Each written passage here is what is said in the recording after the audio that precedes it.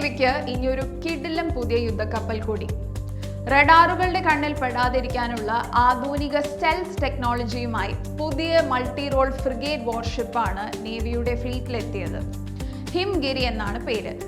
6670 ton ഭാരമുള്ള ഹിംഗിരിയിൽ advanced ആയ എല്ലാ ആയുധങ്ങളുമുണ്ട്.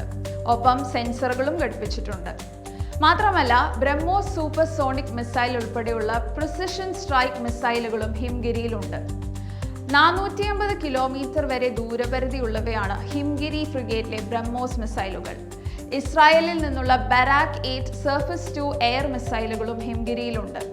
ഇത് ഹിംഗിരിയെ ആകാശാക്രമണങ്ങൾക്ക് സജ്ജമാക്കും. ആത്മനിർഭർ പദ്ധതിയുടെ ഭാഗമായി രാജ്യത്ത് നിർമ്മിക്കുന്ന ഫ്രിഗേറ്റ് സീരീസിലെ 3ാമത്തെ വാർഷിപ്പാണ് ഹിംഗിരി. മൊത്തം 140 യുദ്ധക്കപ്പലുകളിൽ 58 എണ്ണം ആത്മനിർഭർ പദ്ധതിയിൽ രാജ്യത്ത് നിർമ്മിക്കും.